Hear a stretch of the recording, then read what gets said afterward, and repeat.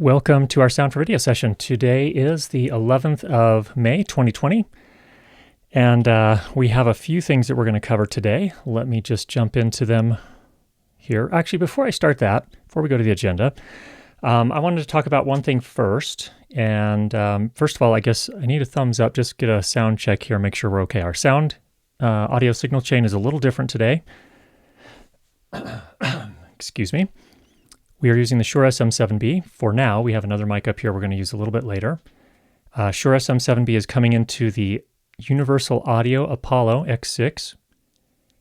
It is running through a little bit of processing, just some an LA2A compressor and little tiny bit of EQ, although I don't think we need the EQ as much for this mic.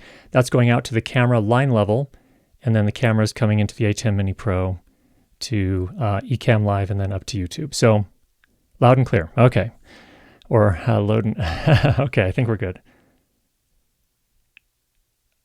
All right, let's go ahead and jump in then. I just want to give a little word of encouragement for anyone who ever feels discouraged. I know we have a lot of people here who have done sound for a long time. We also have some people who are just starting out. And I want to talk to the people that are just starting out a little bit. I hope that the videos that we put out, including these live streams, the question and answer sessions where you feel comfortable, I'm hoping that you feel comfortable asking questions. And even if you're just starting out, you may ask a question that someone who's been doing sound for a long time would be kind of like, oh yeah, that's really easy. But I hope you never feel like, any of the answers are condescending or anyone in the community here is kind of snickering at a question you ask. I hope that's never the case. I had, when you put out videos on YouTube, you get a lot of comments, and most of them are positive, and most of them are honest, questions or words of encouragement or thanks for this, or, what do I do in this situation? That's all great. This last 7 days, I've gotten several people that just were angry, just nasty and mean.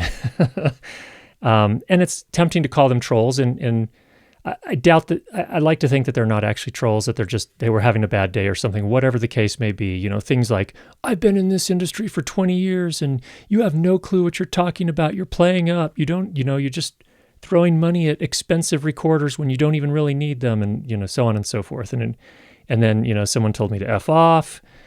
Someone else told me that I was clueless. Just a lot of kind of interesting, challenging comments. And after a while, if there comes a point where you're just like really frustrated, but my hope is that nobody here ever comes across that way to you. So if you're just starting out, I hope you feel welcome here. I hope you feel like you can ask the questions you want to ask. And let's just get on with learning. That's what this community is about. So with that, let's go ahead and take a look. Whoops, I forgot to start that slideshow here. So here's our agenda for today. First, I want to talk about an app that was I was alerted to just this last week called Cast Marker. So for those that are like podcasts, if you do podcasts and things of that nature, this could be a useful one for you if your recorder does not allow you to make markers while you're recording.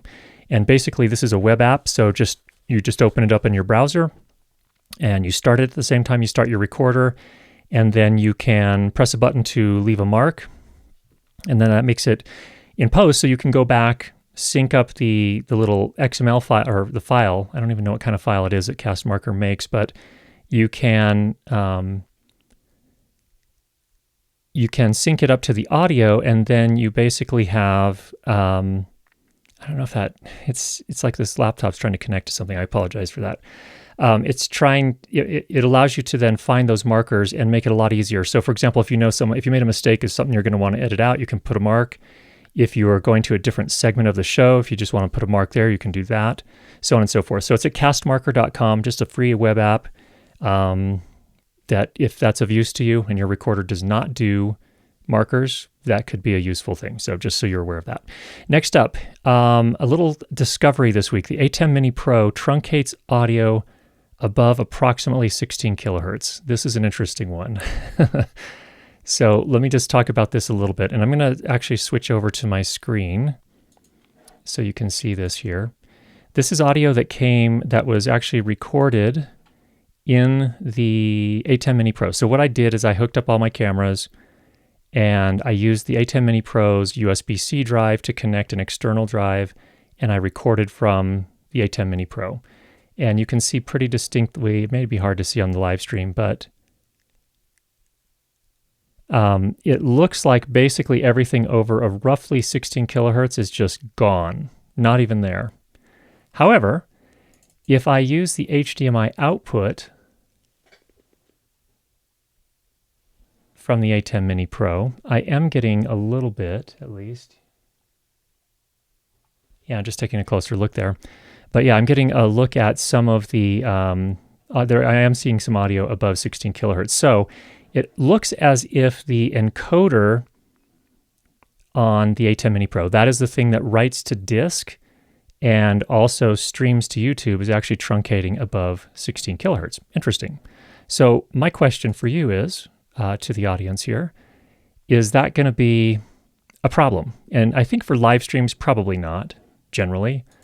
But I just thought it was very interesting. So the second one, when I recorded outside, when I just took the HDMI output, I recorded into an Atomos recorder, and exact same setup, and we're getting audio above 16 kilohertz. So just an interesting FYI. Is it a problem? I don't know what kind of content you're creating, but just something for you to think about and to know about. So let's go back to our agenda here. So next up, we have the MixPre 10T and the 10.2 output delay. This was a kind of an interesting find. Interestingly, this does not apply to the MixPre 3 or the MixPre 6, only to the 10T and the 10.2. And what I want to do here is let's cut to this overhead camera here. And just bring this over here. So one of the questions that's come up over and over again as people want to know more about live streaming is, how do and I'm going to use something like the Atem Mini Pro or another capture card. The video comes out of their camera, it's not in sync with the audio. What do? And you can, if you're using an encoding app on your computer, you can use that to apply an audio delay, essentially, so that the video and audio are synced back up.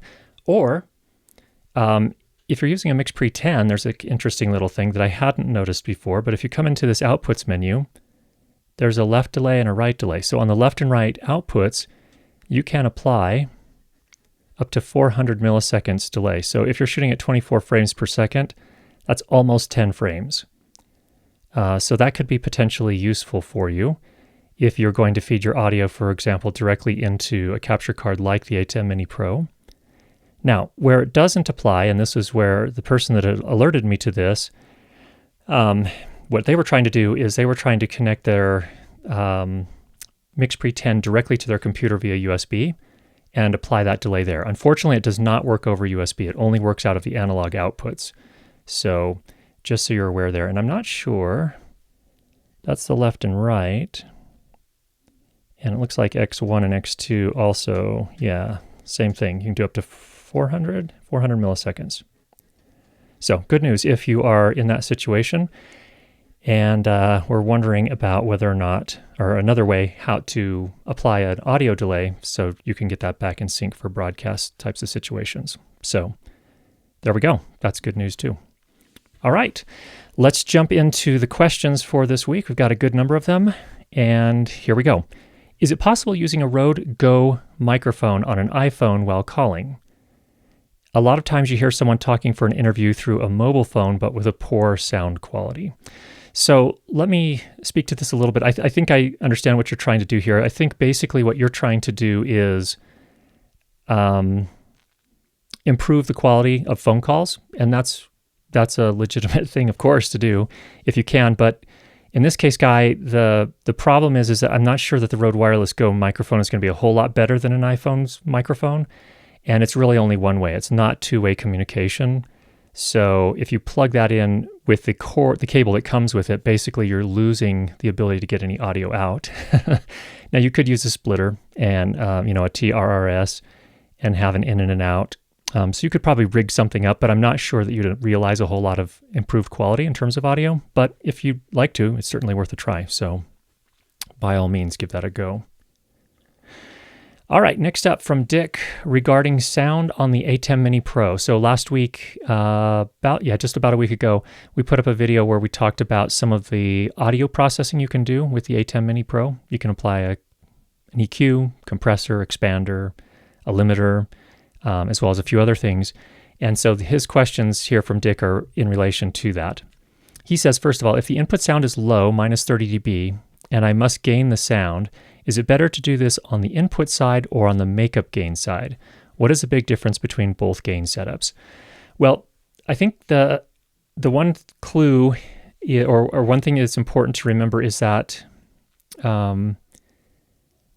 the makeup gain is for making up gain that's been lost somehow, usually through a compressor. So if you're doing some compression and you're pulling the peaks down with that compressor, the makeup gain allows you to apply a little bit more gain after the compressor so that you can get the levels up to where you want them, the loudness that you want them.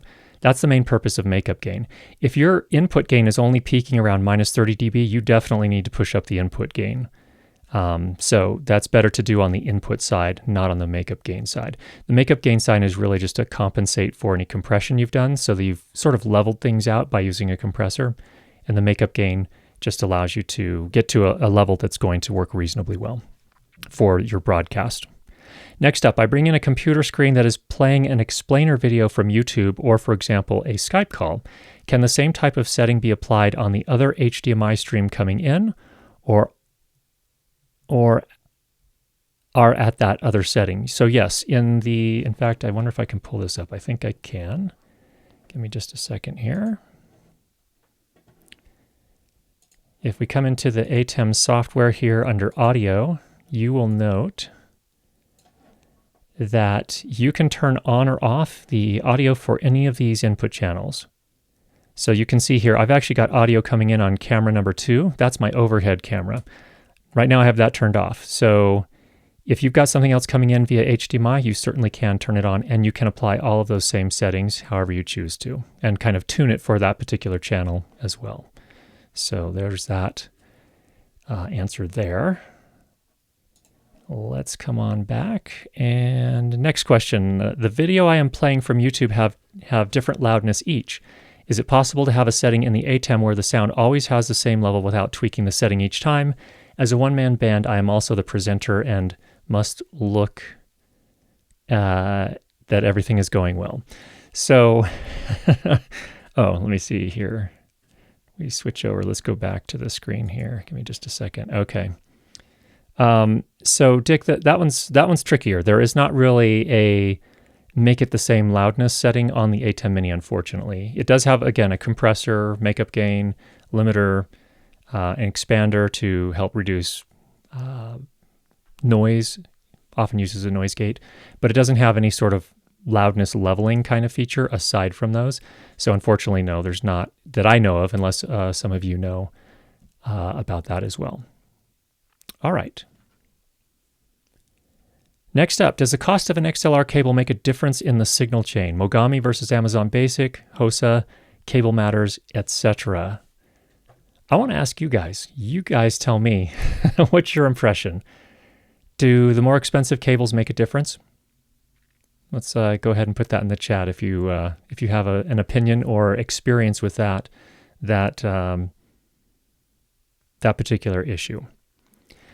And it's a pretty broad question. So Rod is asking, again, here's the exact text. Does the cost of an XLR cable make a difference in the signal chain? And I think I have an answer, but I'm curious what you guys think as well. So, looks like there's a little bit of a delay here in the chat for me on this side. So I'm going to say this. I don't know that it necessarily makes a big difference in terms of audio quality and, like it just sounds better. But what I can say is I think it does make a difference in terms of shielding, the quality of the solder joints, the quality of the connectors. Those are things that can make a difference in the signal chain. So I think spending too much money is not necessarily critical. Like, you can buy a Mogami cable for $100 and some. I don't know that that's necessary, but I've actually found that at my local pro audio shop here in Salt Lake, they'll make me cables with, I believe you say Canary or Mogami cabling, Neutrik connectors, and they'll make them whatever length I need, and they do the soldering. They've been rock solid, and I've been really happy with them. So the cable debate, as Vincent says, and it's a great point, Vincent, it's been a debate since the beginning of time. And Greg does say that, yeah, they will potentially offer more radio frequency rejections, so they can be a little bit better. And that's why my brother, for example, when he was asked that question once, he said, well, it sure makes a difference when I've got 60 cables running all over the place on a stage. For me, the Mogami cables are worth it in that case. But if you're just running one or two cables and you're careful about where you put them, and you're not running into a lot of RF, then it doesn't necessarily make a huge difference. So another thing that Greg mentioned is also buy once, cry once. And definitely, I know that in my, I've gotten to that point in my life where, and that's not the case for everybody, but in my case, I have a little bit more money now that I'm older. So I often use the same maxim, like buy once, cry once, instead of, first I'm going to buy an Amazon Basics cable, then I'm going to buy a HOSA cable, then I'm going to upgrade to whatever Guitar Center has, and then I'm going to upgrade eventually to Mogami. I understand some of us are in that situation where you can't afford more, but, and then Vincent also says spending money on cables is a big occupation for many of my audiophile buddies, not me though. I think one thing that I did talk with one of my friends who worked for a company called Kimber Cable here in Utah. His uncle actually started and runs that company, and he worked for him for a while. And he said, yes, there are differences, and it does make sense to buy a quality cable, but there are also ridiculous things that are being sold out there as well. So don't necessarily feel like you need to, you don't need to spend $1,000 on cables. So I'm getting a lot of complaining here from Audition, so I'm going to close that up. There we go. Okay. Let's move on to the next question here. All right, next up. Thank you. Also, yeah, by the way, thanks, Rod. It's a fair question to ask. Next up from Luigi. I'm interested in an audio interface for my Mac, more on the perspective of the output, since I need to drive a couple of Focal speakers I purchased time ago, following your advice. I've been using a Focusrite Scarlett Gen 2, which is having connection problems. Is there something in the $100 to $250 range you could suggest? Let's see what people say in the chat as well. And what I would say in the meantime is that, yes, I recently tested the Audient Evo 4, which is a $130 audio interface, USB interface. Worked well. The outputs were quality. All of the converters seemed quite good. So even the digital to analog conversion was good. The headphone jack was good. And so I think that's, if you're looking to stay a little bit closer to the bottom end of that range, then the Evo 4 from Audient is worth looking at. If you're going to spend just a tiny bit more, approaching $200, the Motu M2. I have not used it yet, but I've seen several reviews, and from what I can tell, that one looks pretty interesting as well. So that's worth looking at. Yeah, I think that's it. That's it so far. I think I saw a super chat come in here.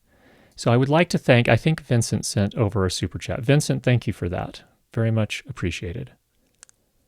All right, let's move on to the next question. Yeah, it looks like we have some others saying the same thing here. So again, is saying that the Motu audio interface looks great. Marcus mentions the Motu. Vincent mentions that the Audient is very capable, and Motu. So yeah, it looks like, and then Podcastage did a review of the Motu. Agreed. So his review is worth looking at if you haven't seen that yet. So, all right, let's see, moving on here. Next up from Tom, 3 questions. Number 1, what is a good rugged cardioid or changeable cardioid and supercardioid pattern on-camera mic? For example, the Panasonic S1H for hard documentary run and gunning. We'll also have an NTG5 going into MixPre mainly off or on as needed, camera boom.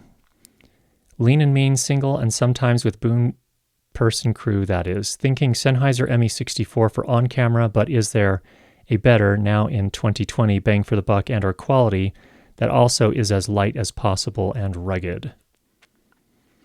All right, let's start there. Looks like my computer is trying to attach to the mouse. My daughter has, I don't know, I think you just saw that on the screen there. I apologize for that. We're going to try and, that is driving me crazy. So we're going to try and do something about that here. And her room is upstairs just over there. So I think it's getting a signal here and there. And I'm going to go ahead and turn that off. Hopefully that will make a difference. Okay, we'll come on back. All right. So what are some thoughts from you guys on the boom microphones for on camera? So I'm curious what you guys think. I think a couple of options come to mind. The Rode VideoMic NTG. I don't know. I haven't put it through any super duper throw it on the ground and stomp on it kind of tests, but it seems like it's pretty good build quality and has a decent warranty on it. The Deity D3 Pro is not bad as well for on camera. I have not used the Sennheiser ME64, but some may have some insights on that one. But those are probably the two first microphones that come to my mind. The older VideoMic Pros didn't impress me in terms of build quality quite as much, and certainly not in terms of ability to reject RF. They were really bad on that front. Not really bad, but you could get yourself into some problems, especially if you're just running around, and who knows what you'll run into in those cases. So there's a couple thoughts on that one, Tom. Number two, if using a Deity Connect system with the highest level of oversampling, I want to work as conservatively as possible so as not to lose anything shooting a documentary project running fun. Running fun, that's good. This will result in a one frame lag for all mics coming in, either my MixPre or camera. How best can one batch fix all of these WAV files and tracks to account for the one frame lag when editing in or before importing into Final Cut Pro 10 or Resolve if it has a better capacity to do this more efficiently? Will their new timecode transceiver provide a useful fix for this issue, perhaps? The first thought that comes to my mind is that if you run the Deity Connect into the MixPre, you do have an input delay you can apply. And so if you come in here to input, actually we can just go into, let's go into input number 1. You can apply up to 30 millisecond delay here. So I don't know what the max setting is there, but on the Deity, as far as you have these different settings where you can go low latency, which I think is 19 milliseconds. That's the best performance it can get. And then it can go up from there as well. But you'll want to check to see what the exact setting is. But you could potentially apply that here. Then you have nothing to do in post, which would be, from my point of view, ideal. But that's one potential option. The other option is manually, cutting up the tracks and sliding, slipping and sliding them around, nudging them. So that's another option. That one's going to be a lot more manually intensive. And I think if you're going to come back with a lot of footage for a ENG type, or not ENG, but a documentary type shoot, that could be a big challenge. So I would look for that, but I would experiment with that delay on the MixPre as a start. Now, if you run it into camera, you get what you get. I don't believe there's anything I don't think the camera, as far as I know, I've never used an S1H, but I would doubt that it has any sort of audio delay setting on it. So then you're back to doing it manually, unless someone knows of a post app that can do it automatically in some sort of fashion. I wonder if Wave Agent might be able to. I don't know if they can or not. Let's see if I've got it on here. I don't think I've got it on here. I had to reinstall my operating system a little bit ago, and it does not. Let's see here, Wave Agent. No, not on here. So that's another thing to check. Possibly the Sound Devices Wave Agent app. If you go to sounddevices.com or just do a Google search for Sound Devices Wave Agent, you might take a look at that and see if there's a way to batch it in there. That would be one of the places I'd look. Okay. Moving on to question number 3 from Tom. What's the best way to be able to use my slated 2 lavs, Shure Twimplex 47 and DPA Discrete, both with the Deity Connect or as Sennheiser wireless transmitters, but also as an XLR directly into MixPre?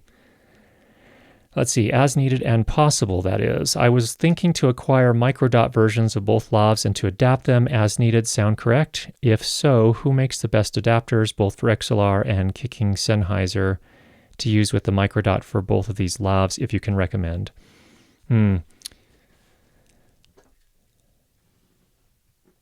I don't know that I have a specific... I'm trying to think of what mine... if you give me just a second, I'll go grab one. Let me take a look.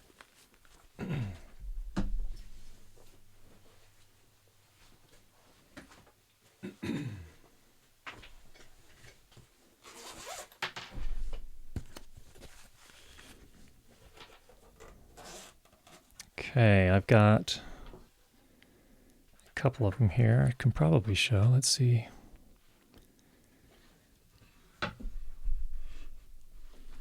Got to refocus there.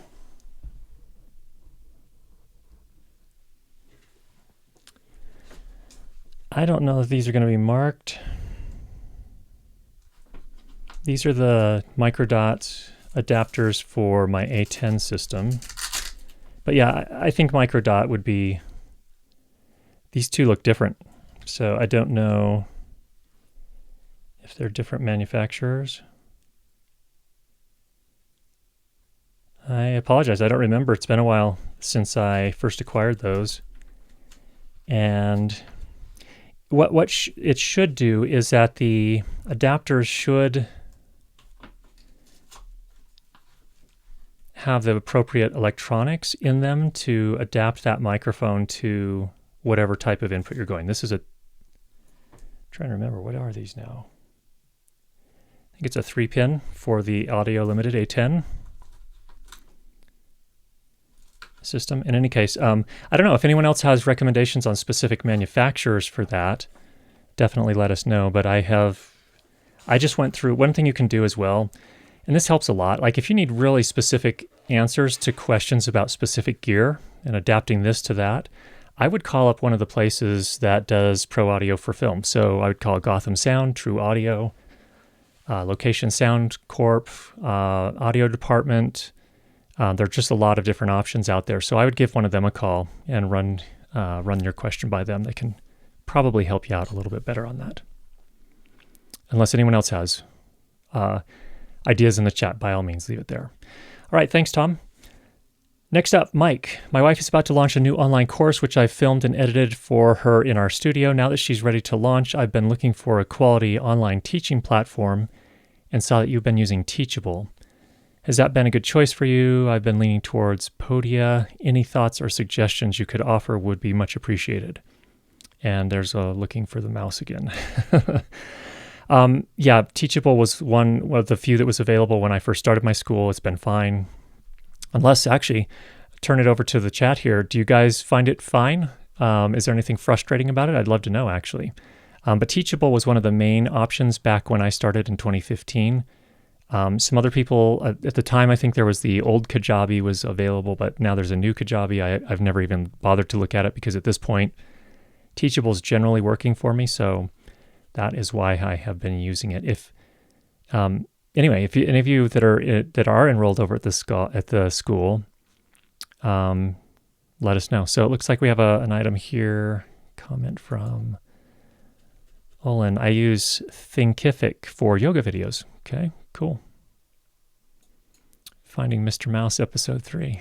It feels like it, yeah. So thanks, Rob, for the super chat. Rob just joined. Hey, everybody. It's good to have you here, Rob.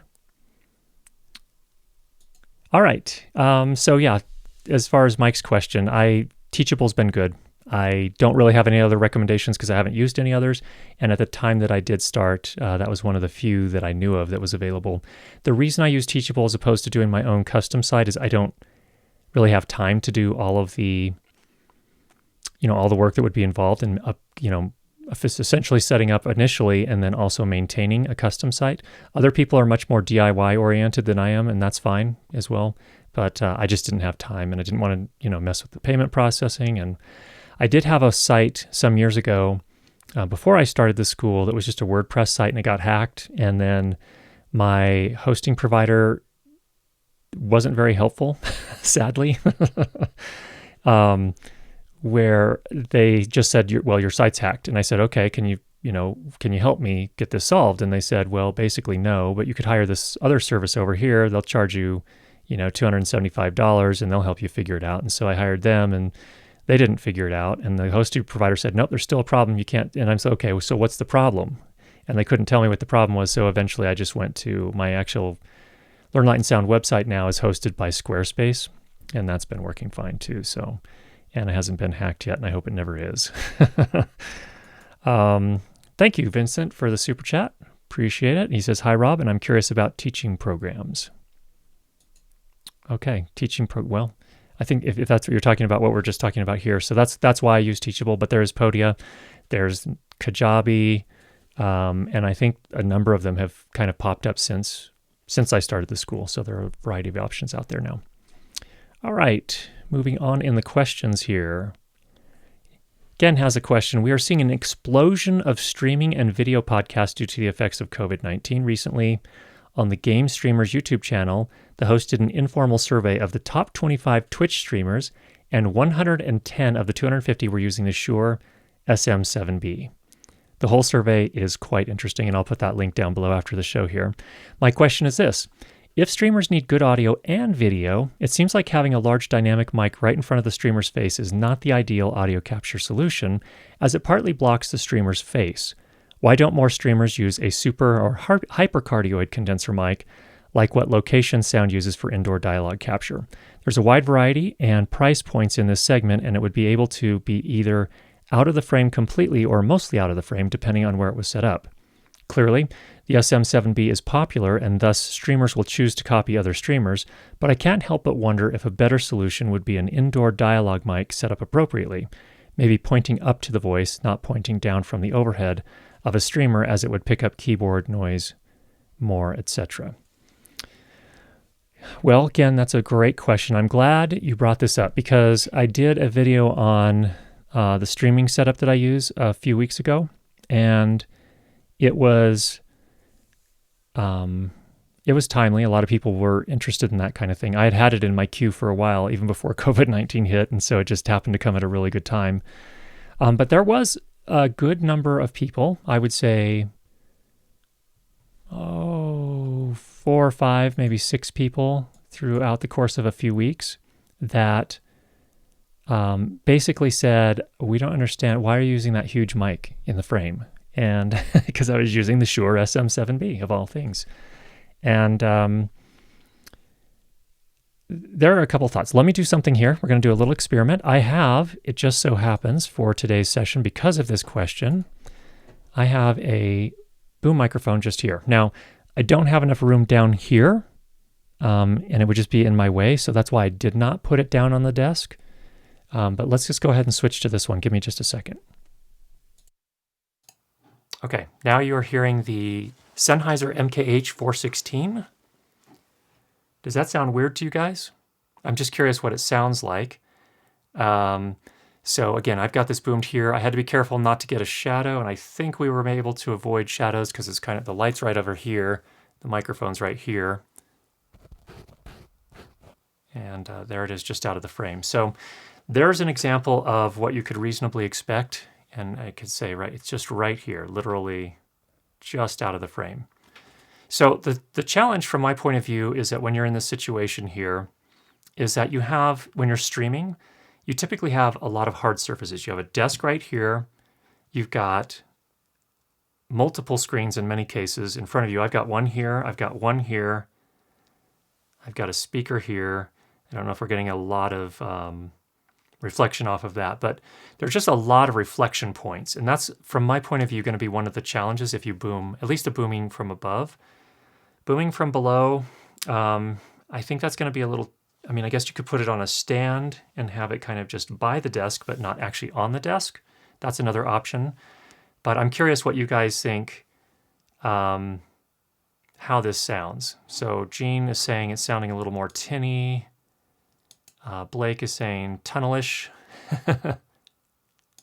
Real loss on the low end. Way less full. Sounds pinched. So Tin Man effect. So yeah, there are a lot of weird things going on here. Let me just go ahead and switch back just for reference again so we can check. Okay, we're back on the Shure SM7B. Now, there are a couple of other things that I think are worth considering as well. We're off to see the Tin Man. And here's the thing. So there's a good bit of debate about the look. I actually think here's a thought that occurred to me. In the game streaming world, I almost feel like that's part of the reason. I think really using a dynamic microphone that's up close, that is in the frame. There are trade-offs. It's in the frame, and it's a potential distracting thing. So that's one factor. But I think another factor that's interesting is if you are live streaming, traditionally, like in newscasting, and we don't see quite as much of it anymore. I think we see a lot more lavalier microphones these days, but there were handheld interview mics for many, many years. And then even on really old news, there were dynamic mics on the desk, so on and so forth. A lot of podcasts are using, even if they're video podcasts, are using microphones like this. If people are working in a space that is not well treated, and this room is actually reasonably well treated. I mean, we have a number of broadband traps throughout the room. We have bass traps in the corners. We have a couple of clouds above us here. So we have a fair bit of treatment here, but you could still hear there's quite a bit of difference. Now, could I optimize that, the location of the boom mic? Probably, and we could probably make it a little bit better. But I think the reality is that having a dynamic microphone up close is going to result in generally the best sound. Now, another thing is that there's a psychological message that's sent as well when there is a microphone in the frame that I don't think is necessarily bad. But this is totally open to personal opinion. Some people do not like the look, and that's fine. If you do not like the look, there is nothing saying you have to do this. You don't have to put this kind of microphone in your frame if you don't like it. There are no microphone police that are going to come and arrest you if you're not a fan. So, but I think it sends an unconscious message to the audience that this is live, or this was done live originally. And I don't think that's a bad thing. It's like people unconsciously realize that at some point when they see that microphone in the frame, even if they don't make kind of a conscious connection there. So for me, I don't think it's a horrible thing, but I think that everyone should do it the way they want. If you don't like to have it in the frame, by all means, use a boom. And, that can be fine. Now, one of the things is there was a fairly stark contrast there because I switched to a dynamic microphone over to the boom microphone and back. That was right next to each other. If I had started this podcast or this live stream and had just used the boom microphone, you guys would probably notice, but not all audiences would have necessarily noticed. So definitely some things to consider. All right, it looks like another super chat here, and so I wanted to put that up on the screen here. Jacques, thank you so much. Thank you for your recommendation to get the MixPre 3. I've been using it for the last month. Just need to find out how to sync it with Zoom for conference calls. Okay. Yeah, so in that case, Jacques, I think what you're going to want to do is connect it up to your computer via USB, and then when you're in Zoom, within Zoom, if you go to the audio settings, there's a way you can choose the input, and actually if you connect headphones to it, you can use it as the output as well, and that way it becomes the audio device for your Zoom call. So definitely check in the preferences there for Zoom, or the settings depending on whether you're on Mac or PC, but that should be able to get you up and going, unless there was something else you meant there. So good luck with that, Jacques. Okay, so again, I hope that was helpful. I hope that makes some sense. And again, however you guys want to do your own piece, do it that way. I've seen some live streams where they don't have the mic in the frame and it sounds decent. It does not, you don't necessarily have to have that broadcast sound like this will produce. If you're good enough with something that's clear and your audience can hear, and you don't need you want a more natural sound. In fact, you don't want all that bassy stuff going on. Then by all means, set up a boom mic and go for it that way. I think they're all legitimate. I don't think there's a problem with either way of going about it, just a different way of doing it. So thanks for that, Ken. All right, let's jump ahead here. Jimmy, Do you know any professionals who use in-ear monitors like the Shure SE215 or the Sennheiser IE40 Pro? Are they good or natural enough for EFP and ENG work compared to the Sony MDR7506? What are the pros and cons? Oh, all right.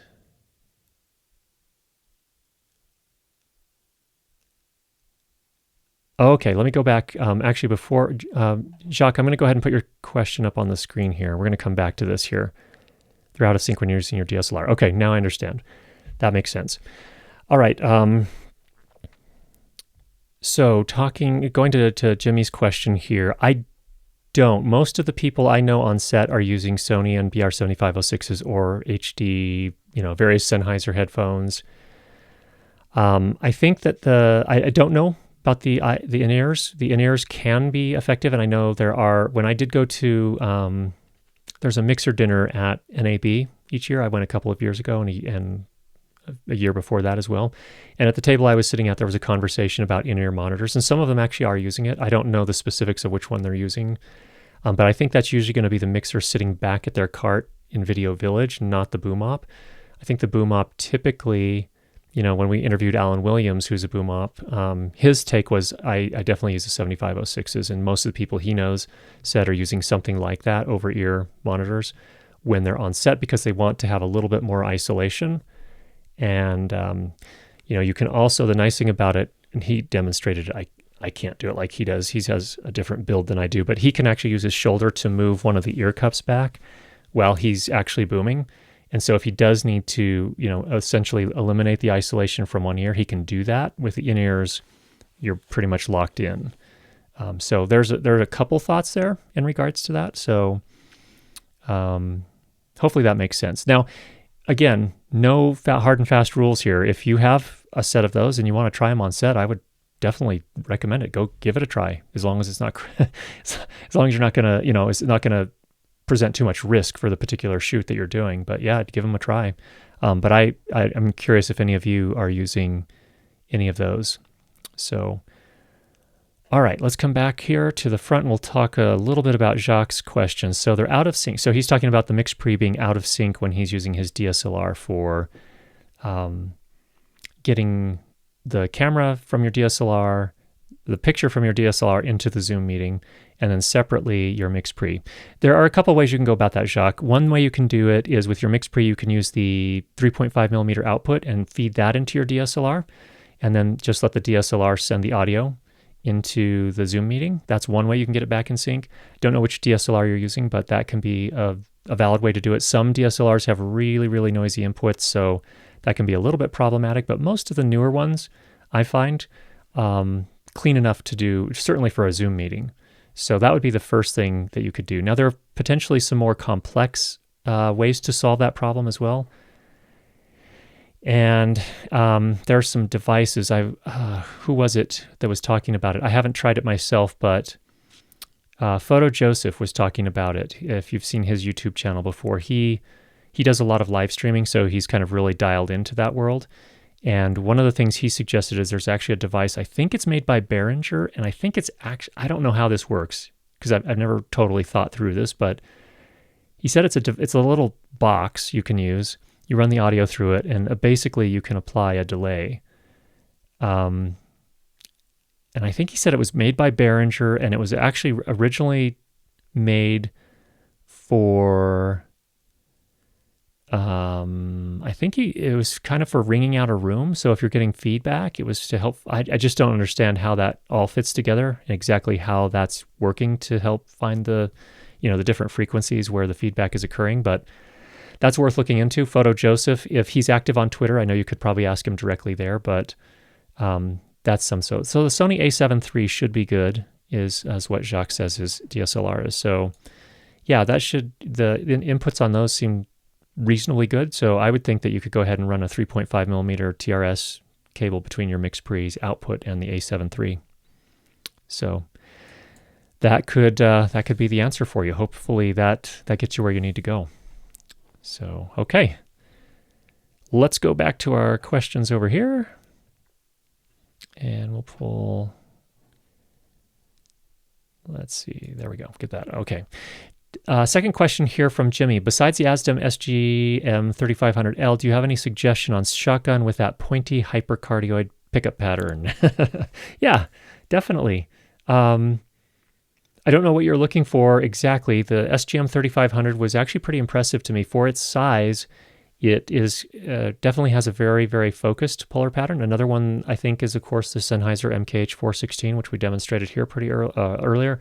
Probably the one with the most directional pattern with which I'm familiar is the Sanken CS3E. So that's probably the one that's going to get you the most focused polar pattern, which I assume is what you're looking for here. So those are some things to consider. Now, the CS3E is not a cheap shotgun microphone. If you're looking for one on the more affordable side, the Rode NTG3 is almost as directional as the MKH416.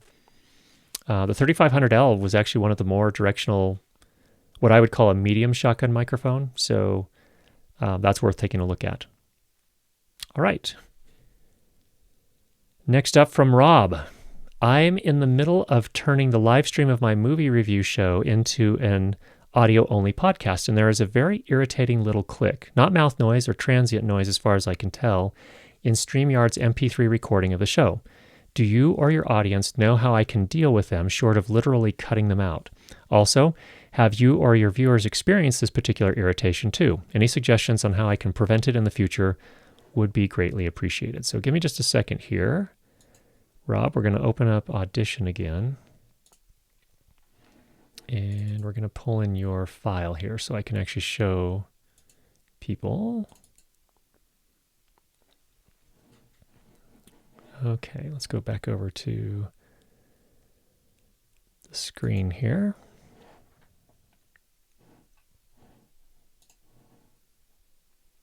Pull this down. And let me just play through some of this and see where we get here. I think there was one in here.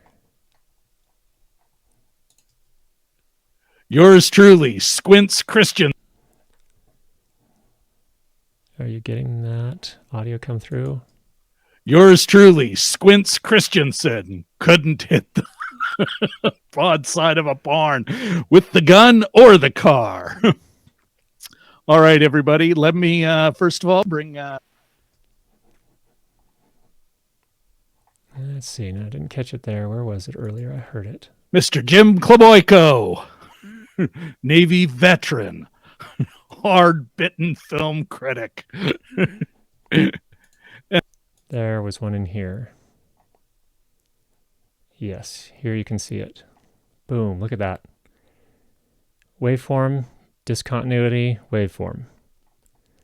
So, Rob, that looks to me, there's something in your signal chain somewhere, don't know exactly where, that is inserting those.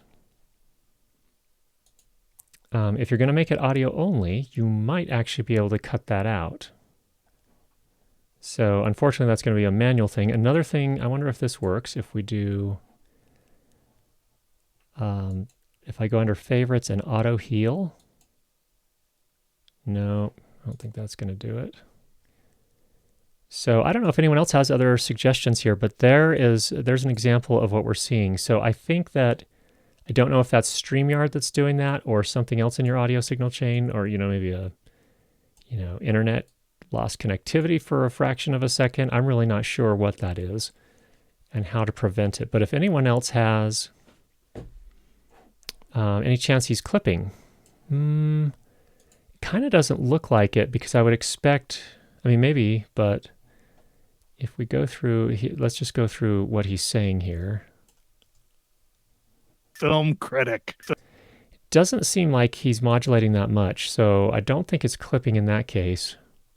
Really just seems like something, and just the way the waveform reacts, it's like something's getting lost somewhere. So it's like it drops out for just a fraction of a second. So anyway, Rob, yeah, I think what I would probably do is try cutting those out manually. Since you're doing audio only, you could probably get away with that. And you may be okay, actually.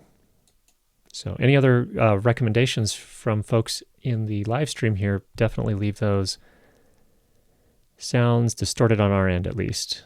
Hard disk drive, thermal calibrating. No, just kidding. That is that is odd with the click. Sorry about the levels here. I don't get a lot of control over the system level here on the streaming app. Apologies for that. It's actually not distorting on this end, just so you're aware. So, all right, Rob. Sorry we couldn't help more, but I think the answer is you can, if you're doing an audio only podcast, is get that cut out. And again, if anyone has recommendations on how to prevent that with StreamYard, that would probably be most. Resource issues, another thing Bang says here. Resource issue, dropping samples, antivirus or background processes, that's worth looking at. So don't know if you're on a Mac or PC, if you're running antivirus software or you have anything else going. Live streaming itself can use a lot of resources, so that could be the system just being taxed. I'd be curious, Rob, if you're, what does your CPU and RAM look like while you're in the midst of those live streams? That could be a factor. All right. It was throughout the 88-minute recording. Oh, probably not going to do that. I'm incredibly lazy. So yeah, that's a long time to be going and cutting out little sections like that. Blake also says, could be something in the chain or software. Manually doing that if it happens a lot would be tedious. Agreed. Definitely agreed. Alan says buffer rate maybe as well. Yeah, it could be the buffering if you're doing that live stream as well. If there's any way to do, is there any way for you to do, well, you can't do a local recording because you're doing StreamYard. You want to be able to get your guest as well, of course. Good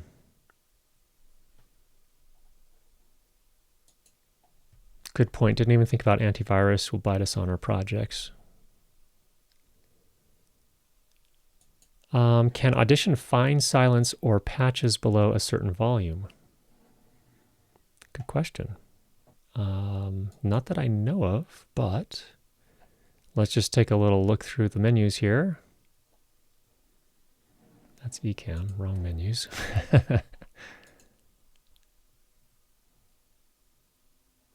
I'm not aware of a find below a certain amplitude, and then that would get tricked, in between phrases would become a little bit of a problem there too. So I'm not sure if that would work or not. Rob, I am so sorry. I feel like we failed you. That's an annoying little thing. But I would check. Vita Jose says Audition does have a delete silence process. The only problem again is that could run into deleting stuff between phrases, which could be messy, but something worth looking at. Maybe if you could just, you still have to highlight all of the little clicks and then say just apply to this section.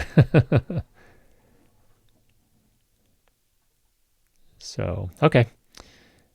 All right, Rob, thanks for that. Sorry we didn't have anything that was probably like a home run kind of answer for you, but hopefully that helps a little bit. Moving on to Rand's question. I want to record volunteer speakers at a local meetup.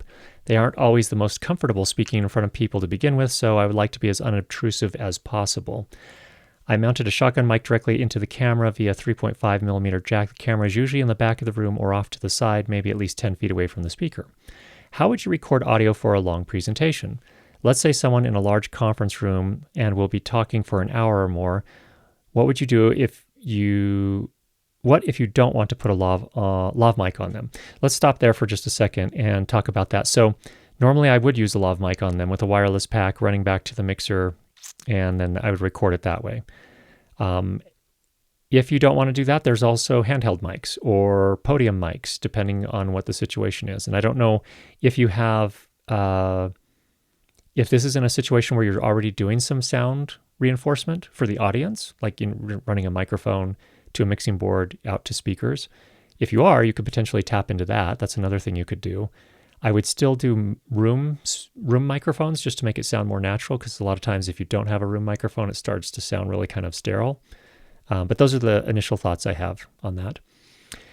And then you can also put a mic on the camera, but it's going to sound really far away. If you're 10 plus feet away from the speaker, it's going to sound like you're 10 plus feet away from the speaker, and you're going to pick up, whatever noise is occurring between you and the person speaking. So that's the downside of using those camera top microphones that far away. If you would use a separate recorder, Oh, that's another thing. You could use a body pack recorder. So again, that's probably going to be a lavalier microphone, but something like a Tascam DR10L. Lectrosonics makes their, used to be called PDR, but there's a new one, whatever, I can't remember what that's called.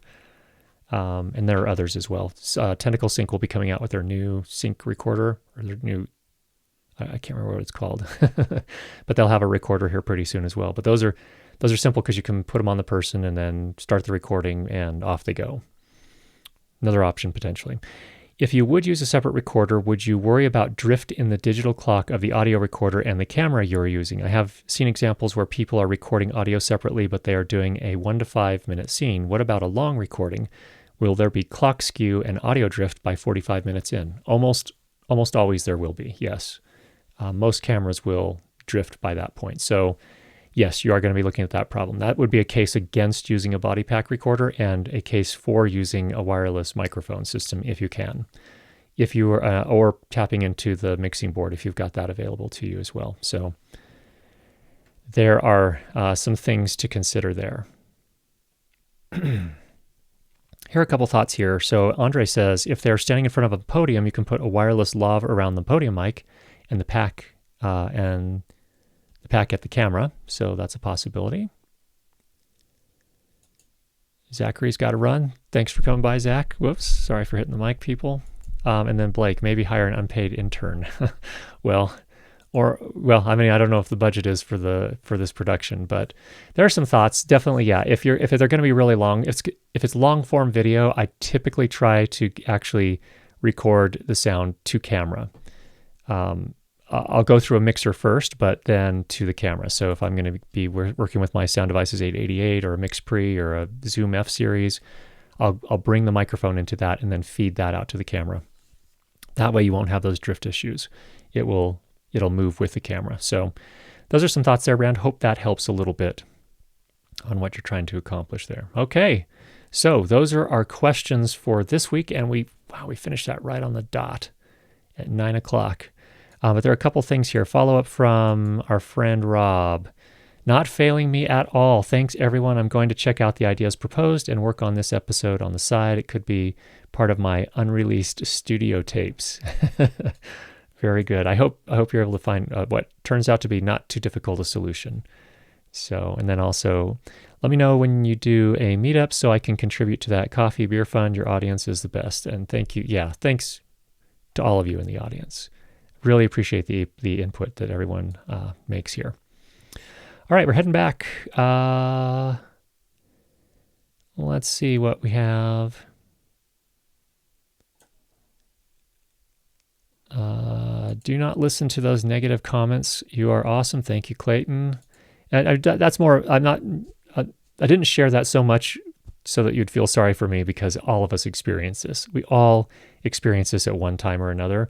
And it can be really discouraging. So my message hopefully is, if and when you do experience this, know that there are people out there that support you, that there are places you can come where you can, float questions without being, ridiculed for your questions or being told that you're clueless or stupid or whatever.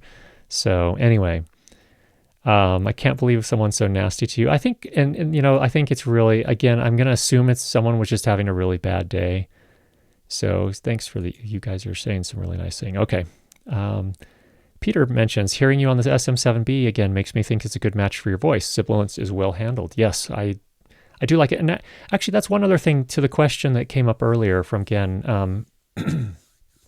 Part of the reason I use this, and I've repositioned it here, hopefully to make it less intrusive on the overall frame. I used to have it up higher coming down, but now I'm bringing it from the bottom here. The reason I still use it for the most part is that I have two musicians that live in the same house with me and people living, and so doing the things that people do when they're living in their house. And I can't always control what's going to be happening during the live streams. And so that's part of the reason I use this as well, because with this, you're going to pick up even when, someone's having a shower or something, you can hear the water running through the pipes. It's a little, I could have violin, I could have trumpet playing in the background. So that's part of the reason that I turn to this. I think also it's a pretty good fit for my particular voice.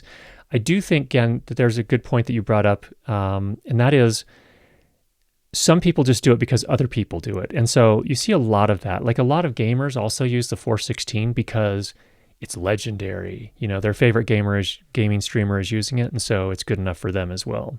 So there's a lot of that as well. Definitely understand what you're saying there. And if 110 out of 250 of the top gaming channels are using this mic, I think there's probably a fair bit of that going on as well. So definitely to your point.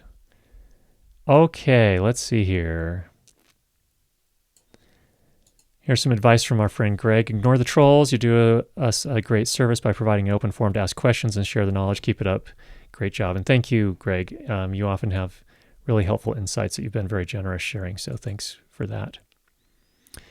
All right, then we got to the brick wall filter above 16 kilohertz. So I'm curious what you guys think about that. Let's see what they say here. Olin says, the only way for a lot of us to learn is with other people. Not everybody's a pro. Love the community. It sucks that no matter what, if you post stuff on the internet, you will unfortunately suffer. It's the bad that comes with the good of this beautiful available information. I agree. Yeah. There's some good and bad. You don't see it as a problem. I will never really see above 16 kilohertz, but everyone's mileage may vary. So that's a fair point from the standpoint alone that most adults top out somewhere around 16, 17, depending on their age, kilohertz. Wasn't there an app a number of years ago when mobile phones first, smartphones became really popular, where kids could turn on an alert tone that would play at a certain kilohertz, very high frequency, 18 kilohertz or something, that a lot of adults couldn't hear, but they could hear.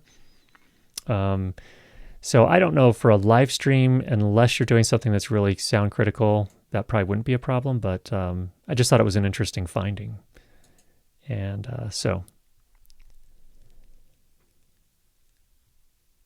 well, thanks, Blake. Blake says, I'm a great teacher. Thank you for that. I appreciate that.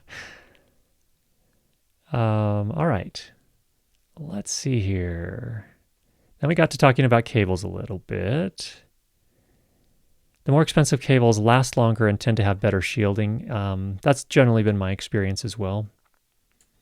As again, Greg mentioned, the twisted pair in the more expensive often offers better RF rejection. And then, of course, if you go on the really high end, you can get to a point where you're just spending money and not necessarily gaining any additional benefits. Olin says, recently got some new cables made, and they are a bit more shielded as I used a lot of wireless, and I think it makes a difference. So you're not getting as many RF issues there, it sounds like.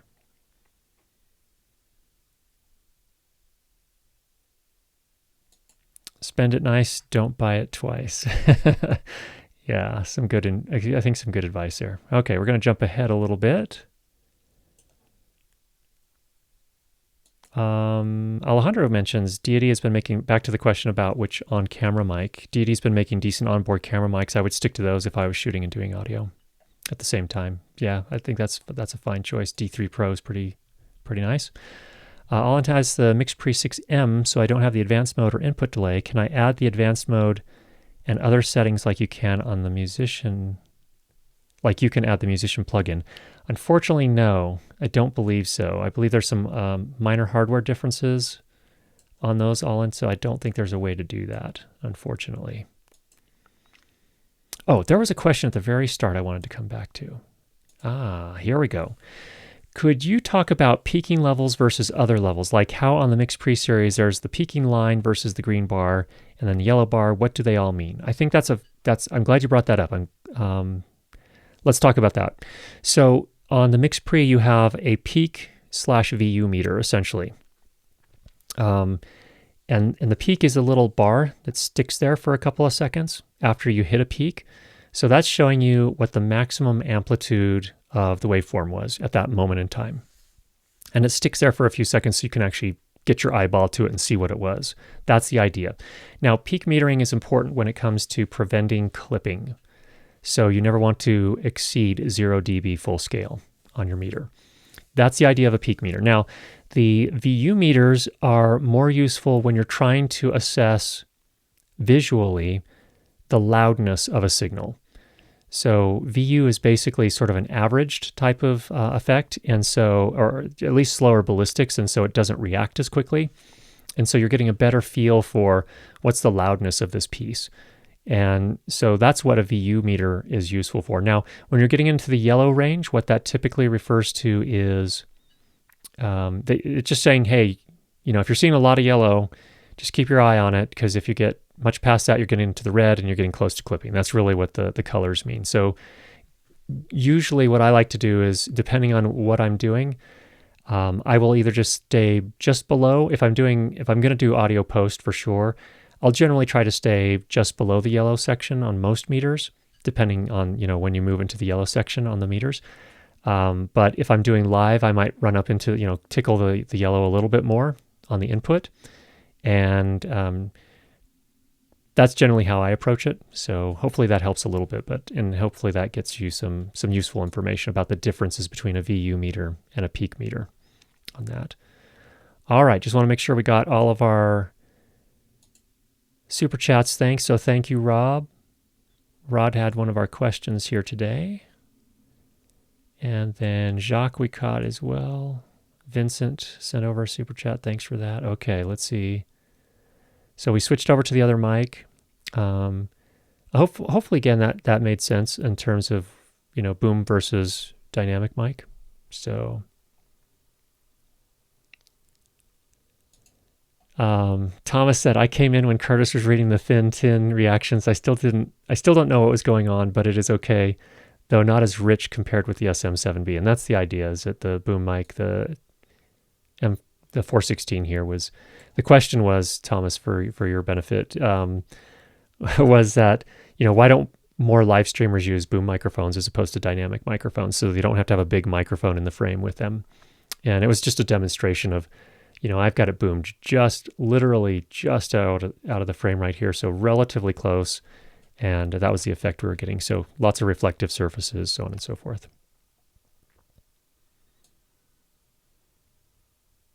All right, I feel a little bad we can't get every single one here.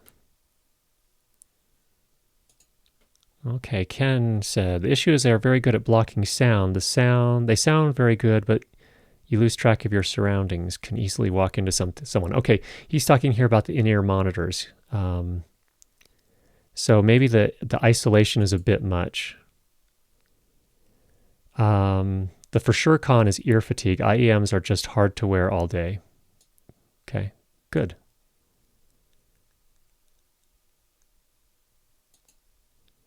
Peter said, just before this stream, I was using the 416 in the same position as your SM7B, and it sounded great, aka Mike Delgadio. Okay, fair point. It's going to depend on your setup and what you have and whether sound is reflecting off of other stuff.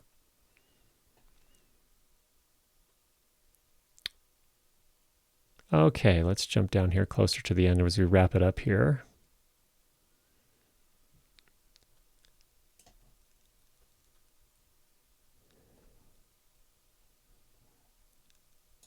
Okay, Greg says, dialogue editing, do you normally use a high cut filter anyways? If so, what frequency and roll off? When I'm mixing, well, dialogue editing. You're specifically asking about dialogue editing. I don't usually use a high cut personally. It depends though. If I'm doing a broader mix, there may be cases where I would use a high cut or a low pass.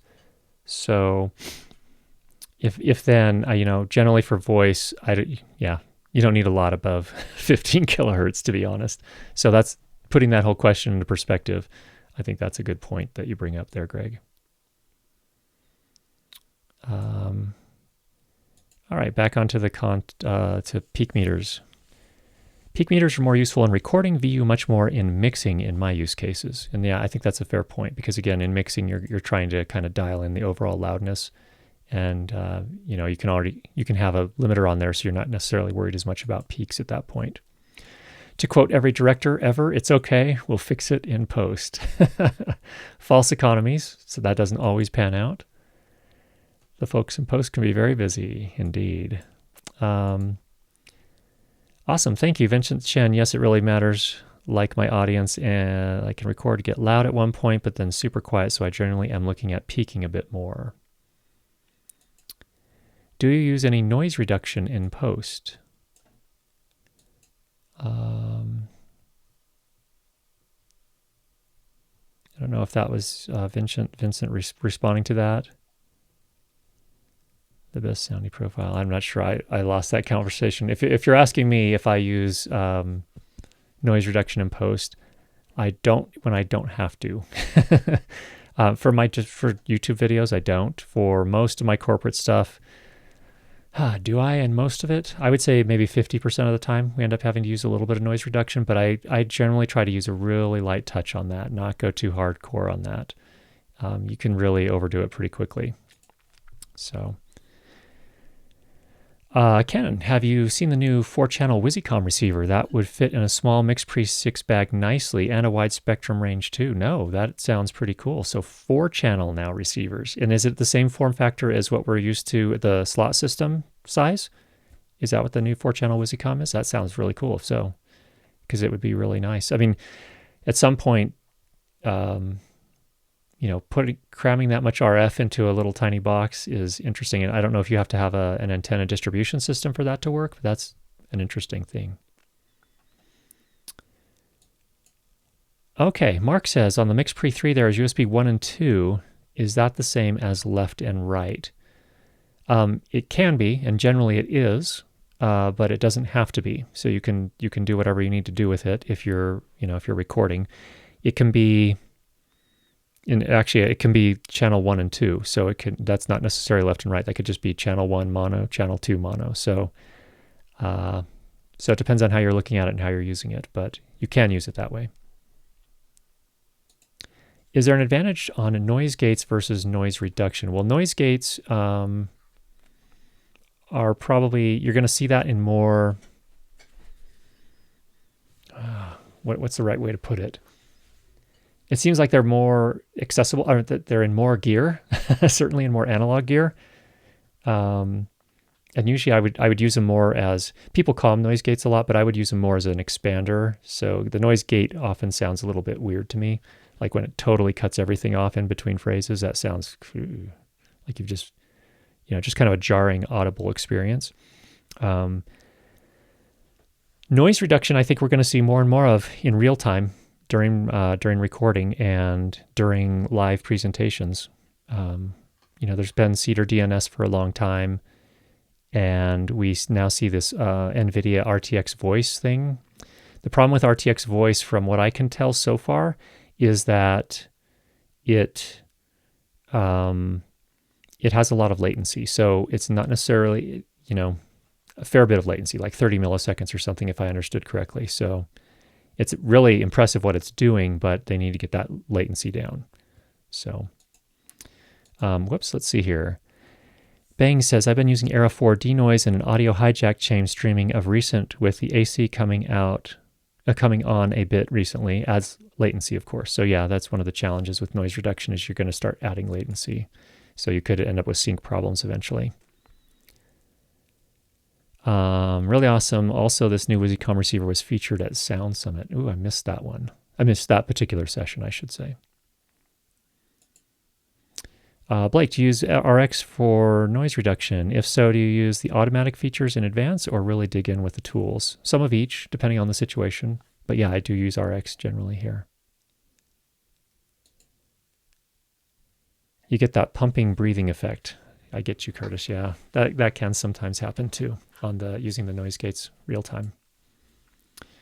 All I use is the RX elements, and it barely distorts my voice. I use adaptive in general.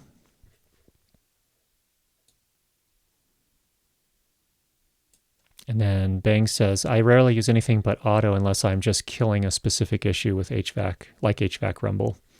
So yeah, it really just depends. Sometimes I'll try the auto first and see how it goes. And if it's not kind of getting us where we want to go, I might go in and dig in and actually do some selections and, kind of dial the algorithm in a little bit more.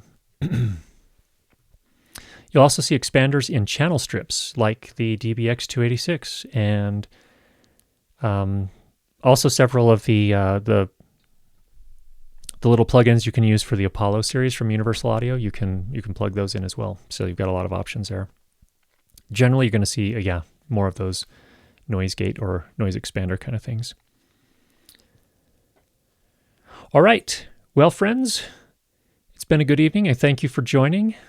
Hope everyone can come away with something useful from tonight's session, and hope you get out there and make some good sound. I hope everyone's staying safe and well, and we'll be in touch again soon. Take care, everybody.